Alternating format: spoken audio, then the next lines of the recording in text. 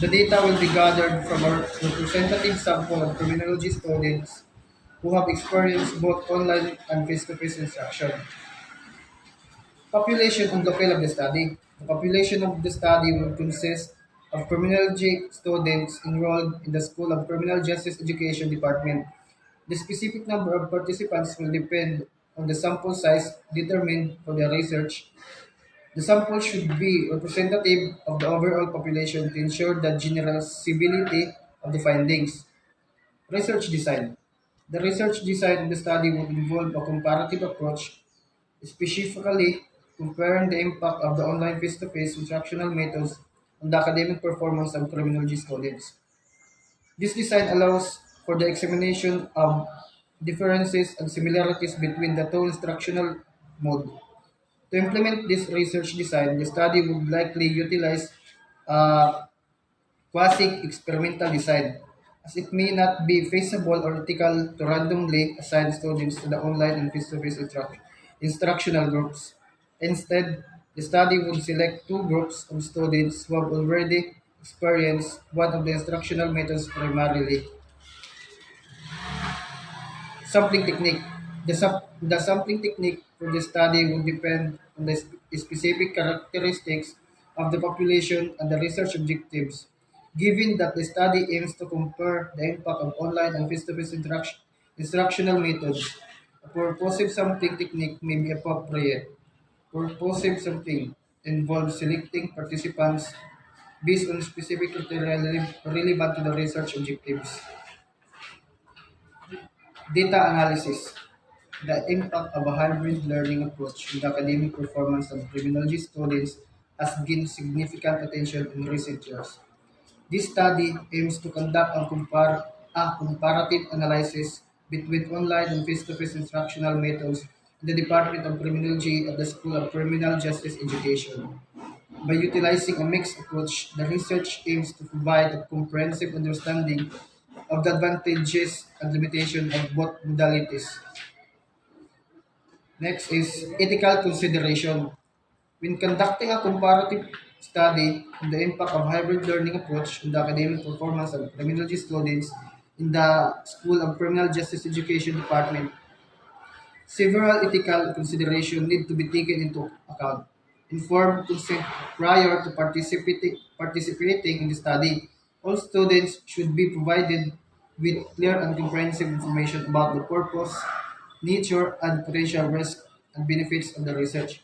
Informed consist, consent should be obtained from each participant, ensuring their voluntary participation and the understanding that they can withdraw at any time without consequences. Significance. The impact of a hybrid learning approach on the academic performance of criminology students in the School of Criminal Justice Education Department at Province State University was investigated through a comparative study of online and face-to-face instructional methods. This study aimed to explore how the combination of online and in-person learning modalities has affected the academic achievement of students in the criminology program. Methodology. The study aims to investigate the impact of a hybrid learning approach on the academic performance of criminology students in the School of Criminal Justice Education Department. The research focuses on comparing outcomes of online and face-to-face instructional methods. To achieve this, a mixed methods approach will be employed. Firstly, quantitative data will be collected through surveys and assessment to measure the academic performance of students. These measures may include grades, test scores, and overall grade point average. The data will be gathered from a representative sample of criminology students who have experienced both online and face-to-face instructions. Additionally, qualitative data will be gathered through interviews and focus group discussions. They will allow for a deeper understanding of students' perspectives and their learning experiences. In both instruction modes, their feedback will be provide insight into the strengths and weaknesses of each approach. as well as challenges or advantages they perceive in the hybrid learning model. The study will involve two groups of students, one group that has primarily received online instruction and other group that has primarily received face-to-face instruction. The group will be matched based on relevant demographic characteristics and academic backgrounds to ensure comparability. Data will be collected over a specific period, considering both short-term and long-term outcomes. The collected data will be analyzed using appropriate statistical techniques to compare the academic performance of students in both groups. The findings will be presented using descriptive statistics such as mean scores and standard deviation to provide an overview of the overperformance. Inferential statistical analysis such as t-test or ANOVA or analysis of variance may also be conducted to determine significant difference between the groups. The qualitative data from interviews and focus group discussion will be transcribed and thematically analyzed to identify common themes and patterns. These qualitative findings will complement the quantitative results by providing a deeper understanding of the student experiences and perceptions. By employing a mixed methods approach, this study seeks to provide valuable insights in the impact of hybrid learning approach on the academic performance of criminal students in School of Criminal Justice Education Department. The findings may contribute to ongoing discussion on effective instructional methods and help educators make informed discussion about design and implementation of hybrid learning models in field of criminology and beyond. Population and local of study.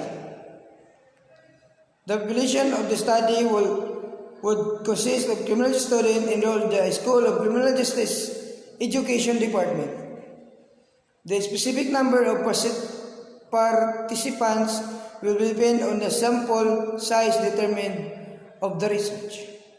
The sample should be representative of the overall population to ensure the generalizability of the findings.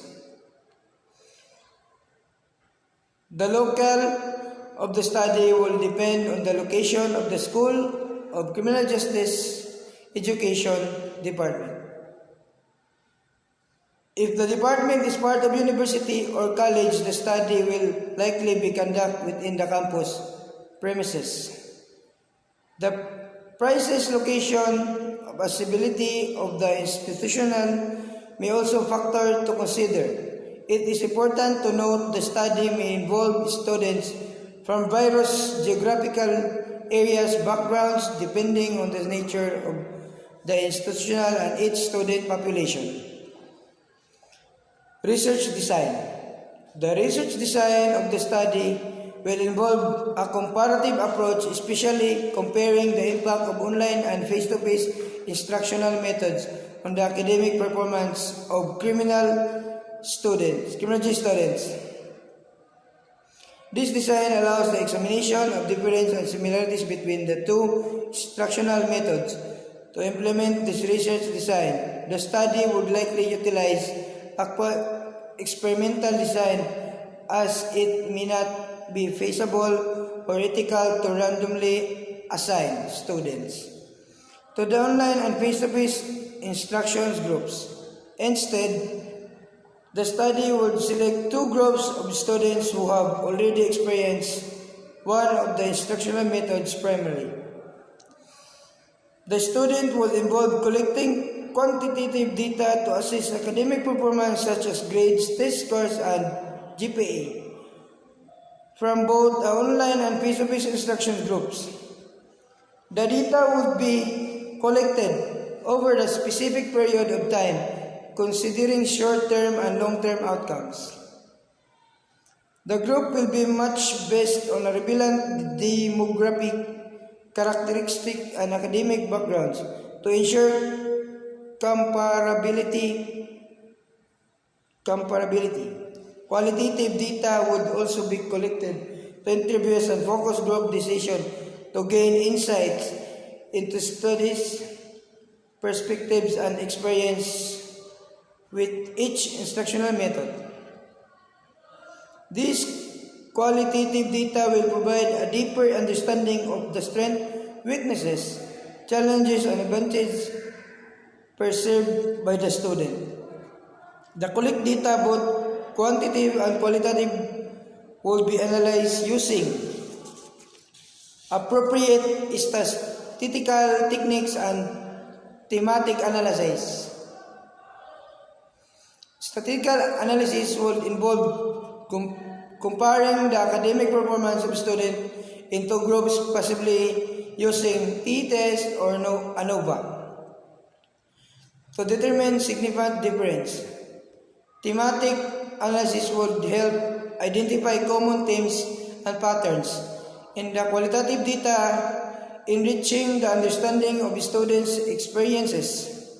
By employing a comparative research design, the study would allow the comprehensive assessment of the impact of hybrid learning approach on the academic performance of criminology students, providing valuable insights for educational practice and future research in the field. Conclusions. In conclusions, the comparative study exploring the impact of a hybrid learning approach on the academic performance of criminology students in the School of Criminal Justice Education's department at the Biliram Province State University yielded valuable insights. The findings suggest that integrating online and face-to-face instructional methods can have a positive effects on the academic achievements of students in the criminology program. The study revealed that the hybrid learning approach provided students with a flexible and engaging learning environment. The combinations of online and person's instructions and allowed students to access course materials and resources conveniently while also benefiting from direct interactions with instructors and peers during face-to-face sessions. This flexibility not only enabled students to manage their study schedules effectively but also encouraged effective participations and collaborations among them. The hybrid learning approach also fostered the development of critical thinking and the problem-solving skills. Online discussions and group projects provided opportunity for students to engage the meaningful interactions, exchange ideas, and share knowledge. These collaborative activities promote a deeper understanding of criminology concept and enhance students' abilities to analyze and solve real-world problems. Furthermore, the student highlighted the importance of student-teachers interactions in the learning process. The hybrid learning and model facilitated improved communications between student and instructions, as students had the opportunity to seek clarifications and receive immediately feedback during face-to-face sessions. Their personalized attentions and guidance possibly influence students' academic performance and overall learning experience.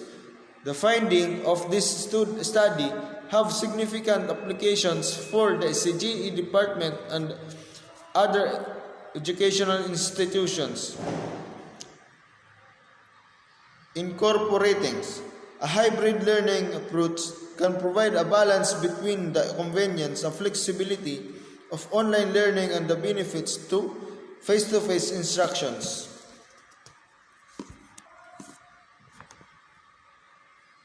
By leveraging the strength of both modalities, institutions can enhance the students, engage, promote collaborating, and improve academic outcomes. In conclusions, the study demonstrates that a hybrid learning approach has a potential to positively impact the academic performance of criminology students.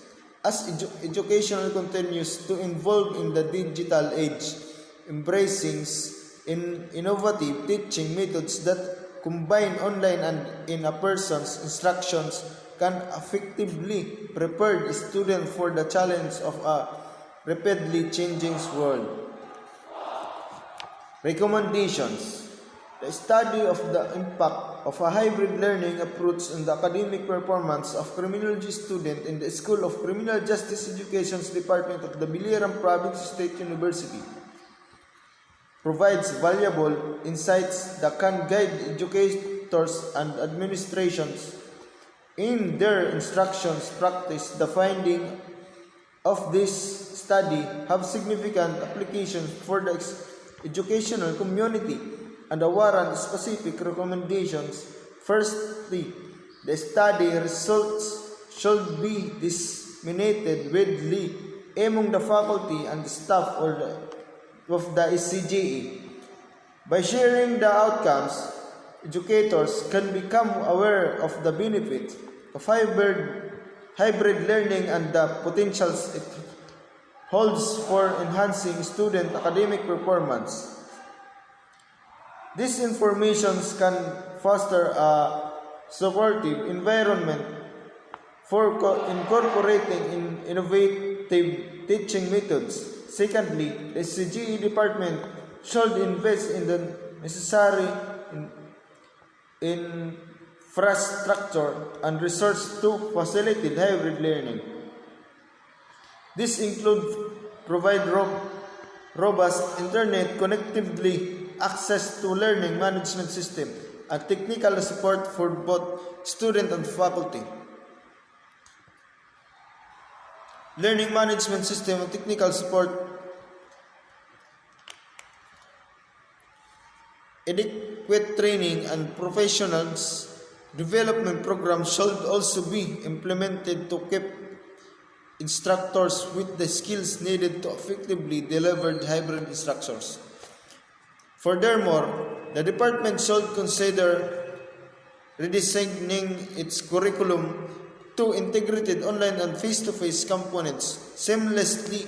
This can involve in defining appropriate topics and activities for each mode of instructions, ensuring that online resources and interactive tools are readily available under designing assessment that align with the hybrid learning approach.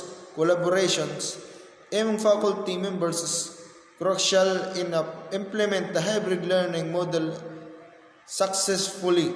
Encourage in disciplinary discussions and sharing best practice can foster a culture of continuous improvement and enable the department to make informed decisions about instructions strategies.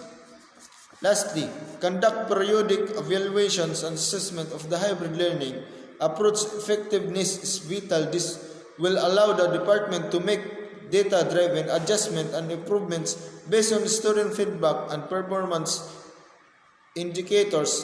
By implementing these recommendations, the School of Criminal Justice Department of the Biliran Province State University can establish itself as a leader. Innovations and effect instructions methods for criminology's educations. The hybrid learning approach has the potential to enhance the students' academic performance, provide greater flexibility, and prepare them for real-world challenges in their chosen field.